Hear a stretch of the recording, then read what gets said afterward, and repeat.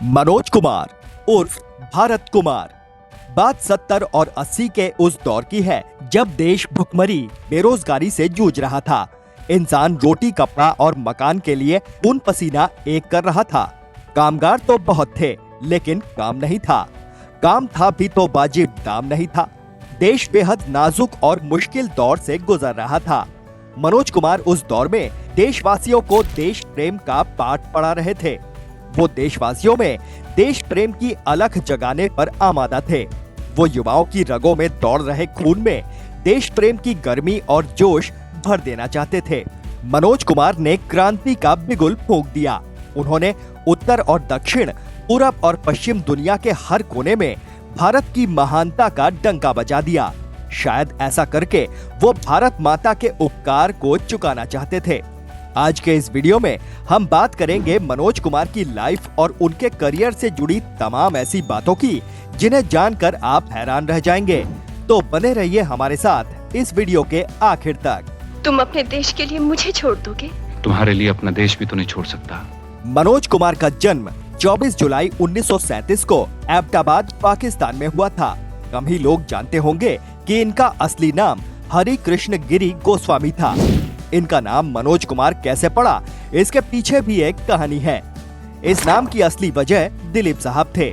असल में जब मनोज कुमार किशोर ही थे तब वो दिलीप कुमार, अशोक कुमार और कामिनी कौशल के बहुत बड़े फैन हुआ करते थे। साल 1949 में दिलीप कुमार की एक फिल्म शबनम रिलीज हुई। मनोज कुमार ने वो फिल्म देखी। फिल्म में दिलीप साहब का नाम मनोज था। उन्हें ये नाम बड़ा ही अनयूजुअल और यूनिक लगा। फिल्म में दिलीप साहब का वो किरदार देखते ही उन्होंने तय कर लिया था कि अगर वो एक्टर बने तो अपना नाम मनोज कुमार ही रखेंगे। मनोज कुमार का बचपन त्रासदियों के बीच गुजरा।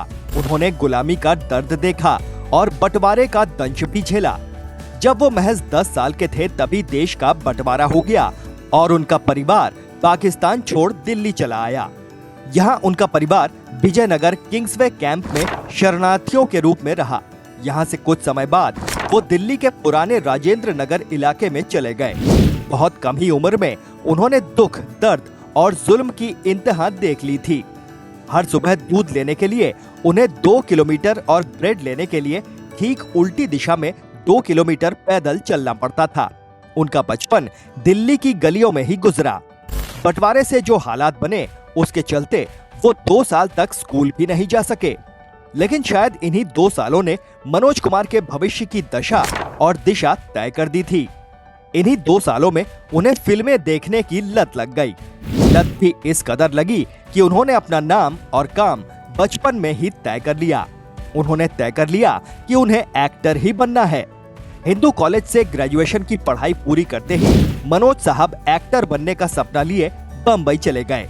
यहाँ उन्होंने थिएटर ज्वाइन कर लिया। कोई साथ न दे मेरा, चलना मुझे आता है। हर आग से वाकिफ हूँ, चलना मुझे आता है। मनोज कुमार के बम्बई जाने की पीछे की कहानी भी बड़ी दिलचस्प है। असल में उनके कजन लेखराज भाकरी जाने माने फिल्म मेकर थे। 26 जनवरी 1956 का वो दिन था जब लेखराज अपनी फिल्म तांगे वाली के प्रीमियर के लिए दिल्ली आए। 18 साल के मनोज को देखते ही लेखराज बोल पड़े, अरे यार तुम तो बिल्कुल हीरो लगते हो। मनोज साहब भी तपाक से बोल पड़े, तो बना दीजिए। लेकिन ये सब इतना आसान नहीं था। वो अपने पिता HL गोस्वामी से बहुत डरते थे। एक दिन उनके पिता ने उन्हें बुलाया और कुछ चिट्ठियां दिखाते हुए पूछ बैठे, क्या वो एक्टर बनना चाहते हैं? मनोज पसीना पसीना हो गए। असल में ये चिट्ठियां उनके कजिन लेखराज ने भेजी थीं। वो मनोज को बम्बई बुलाना चाहते थे। मनोज का मन देखते हुए उनके पिता ने भी उन्हें बम्बई जाने की इजाजत दे दी। आखिरकार 9 अक्टूबर 1956 को मनोज कुमार बम्बई के लिए रवाना हो गए। मनोज कुमार को बम्बई आए कुछ ही दिन हुए थे। वो हीरो बनने का सपना संजोए बैठे थे, लेकिन उनके करियर की शुरुआत वैसी बिल्कुल भी नहीं रही जैसी उन्होंने सोची थी। 6 फुट लंबे, गोरे चिट्टे, हैंडसम मनोज कुमार देखने में किसी हीरो से कम नहीं थे। लेकिन आप जानकर हैरान रह जाएंगे कि करियर की पहली फिल्म में उन्हें 90 साल के भिखारी का रोल मिला था। जी हाँ, 90 साल के भिखारी का रोल। साल 1957 में उनके कजिन लेखराज भाकरी के डायरेक्शन में बनी फिल्म फैशन में उन्होंने 90 साल के भिखारी का रोल किया था। फिल्म में लीड रोल में प्रदीप कुमार और माला सिन्हा थी। मनोज कुमार ने ये रोल इतनी शिद्दत से निभाया था कि खुद उनकी फैमिली और उनके दोस्त तक उन्हें पहचान नहीं पाए थे।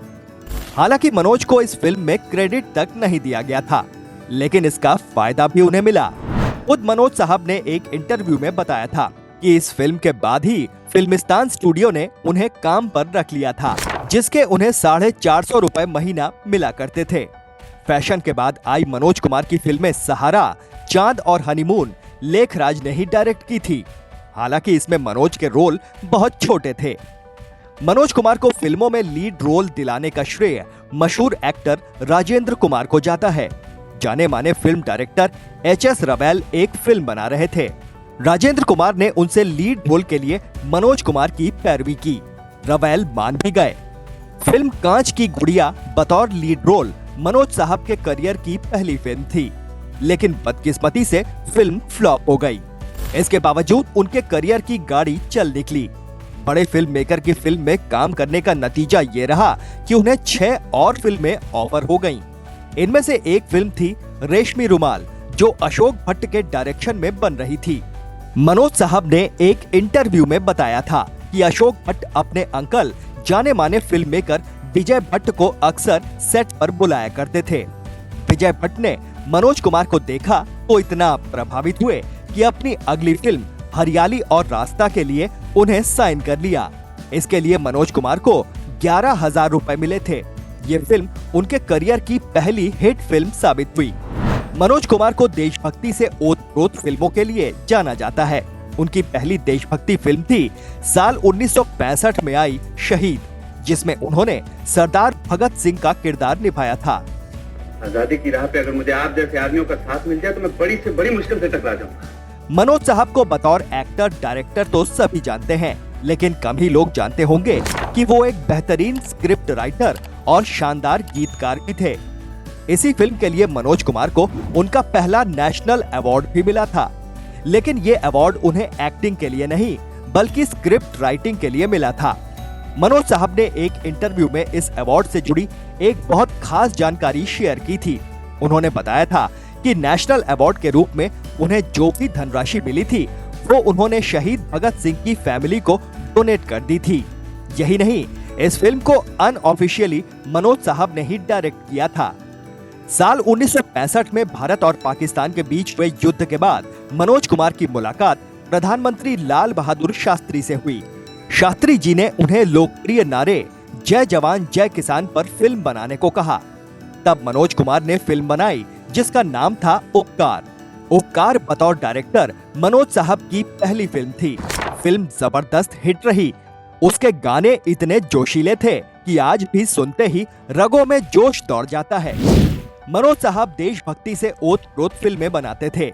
इसमें कोई शक नहीं कि उनके फिल्में देख के हिंदुस्तान के हर नागरिक का सिर गर्व से ऊंचा हो जाता था।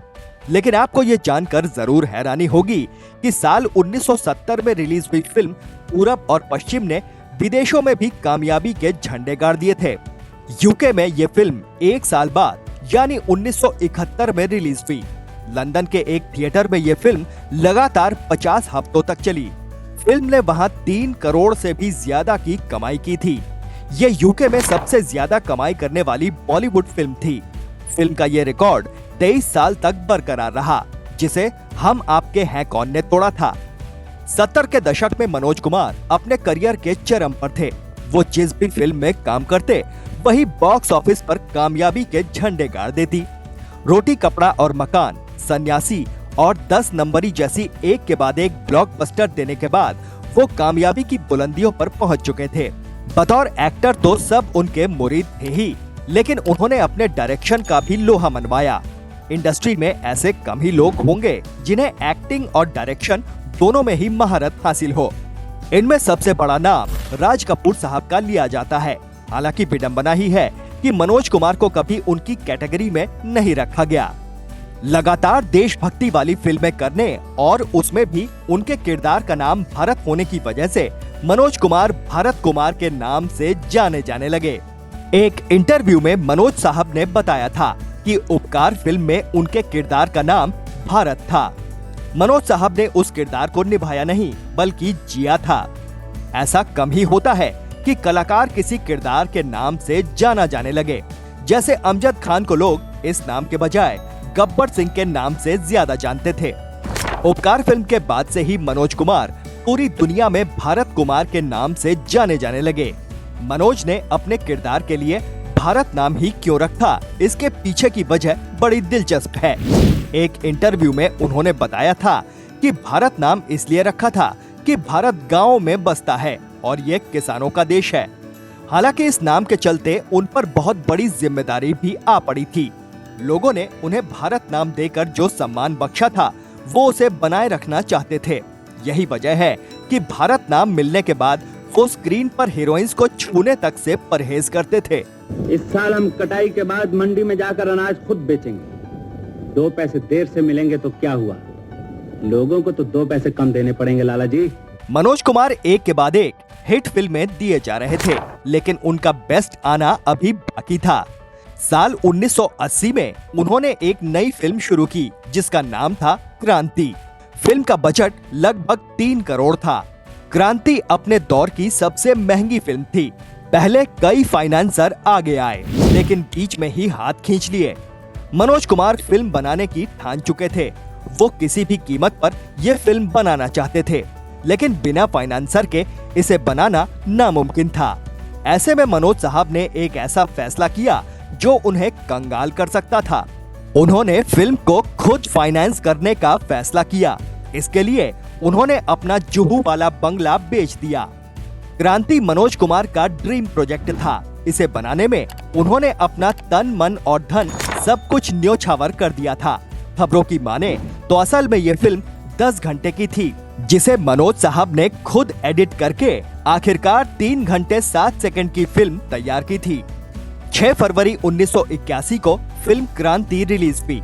फिल्म ने कामयाबी के नए रिकॉर्ड्स बनाए। फिल्म थिएटर में लगातार 67 हफ्तों तक लगी रही। एक थिएटर ऐसा भी था जिसमें फिल्म लगातार 96 दिनों तक हाउसफुल गई थी। फिल्म ने उम्मीदों से कहीं ज्यादा 10 करोड़ की बम्पर कमाई की। इस फिल्म ने मनोज कुमार को उन बुलंदियों तक पहुंचा दिया जहां से और ऊपर जाने का कोई रास्ता नहीं था। हालांकि इस कामयाबी को बनाए रखना ही बहुत बड़ी चुनौती थी, लेकिन बदकिस्मती से ऐसा हो नहीं सका। क्रांति के बाद मनोज कुमार का करियर ग्राफ तेजी से नीचे गिरा। हैरत की बात है कि क्रांति की अप्रतिम सफलता के बावजूद उनकी अगली फिल्म 6 साल बाद 1987 में रिलीज हो सकी। क्रांति के बाद उनकी कलयुग और रामायण, संतोष, क्लर्क और देशवासी जैसी फिल्में रिलीज हुई, लेकिन ये सब फ्लॉप साबित हुई। इनमें से फिल्म क्लर्क को डायरेक्ट भी मनोज साहब ने ही किया था और उनके किरदार का नाम भी भारत ही था, लेकिन उनका डायरेक्शन और नाम भी फिल्म को हिट नहीं करा सका। साल 1995 में आई फिल्म मैदाने जंग बतौर कलाकार उनकी आखिरी फिल्म साबित हुई। इसके बाद साल 1999 में उन्होंने अपने बेटे कुणाल गोस्वामी को रीलॉन्च करने के लिए फिल्म जय हिंद बनाई। फिल्म के राइटर, डायरेक्टर, प्रोड्यूसर मनोज साहब ही थे। फिल्म की थीम भी देशभक्ति ही थी।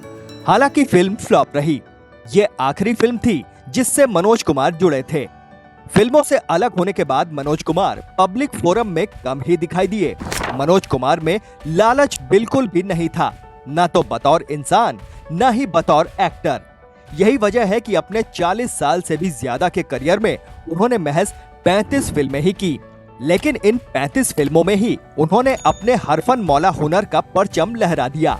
उन्हें मिले अवार्ड्स की लंबी लिस्ट इसकी तस्दीक करती है। उन्हें फिल्म उपकार के लिए सेकंड बेस्ट फीचर फिल्म का नेशनल अवार्ड मिला। साल 1992 में भारत सरकार ने मनोज कुमार को पद्मश्री और 2015 में भारतीय सिनेमा के सबसे बड़े सम्मान दादा साहब फाल्के अवार्ड से सम्मानित किया गया। इसके अलावा उन्हें 7 फिल्म फेयर अवार्ड भी मिले। उन्हें बेस्ट एक्टर के साथ साथ best director, best dialogue, best story, best editor के फिल्म फेयर अवार्ड मिले। 4 अप्रैल 2025 को भारतीय सिनेमा को ऊंचाइयों तक पहुंचाने और देशभक्ति का जोश बुलंद करने वाला ये सितारा हमेशा हमेशा के लिए इस दुनिया को अलविदा कह गया। मनोज कुमार जैसे सितारे कभी मरते नहीं बल्कि अमर हो जाते हैं। ना तो उन्हें कभी भुलाया जा सकता है, ना उनकी फिल्मों को और ना ही उनके किरदारों को। मनोज कुमार इस दुनिया को भले ही अलविदा कह गए हो, लेकिन हम सबके दिलों में वो हमेशा हमेशा के लिए रचे बसे हैं। टीम झक्की लाल की तरफ से मनोज कुमार को भावभीनी श्रद्धांजलि। आपको मनोज कुमार की कौन सी फिल्म और कौन सा किरदार सबसे ज्यादा पसंद है, कमेंट बॉक्स में लिखकर जरूर बताएं। वीडियो अच्छा लगा हो तो प्लीज इसे लाइक करें और ज्यादा से ज्यादा शेयर भी करें। चैनल पर नए हैं तो सब्सक्राइब करें और नोटिफिकेशन बेल जरूर दबा दीजिए। मिस्टर झक्की लाल आपसे फिर मिलेंगे एक नई फिल्मी झक लेकर। तब तक के लिए नमस्कार।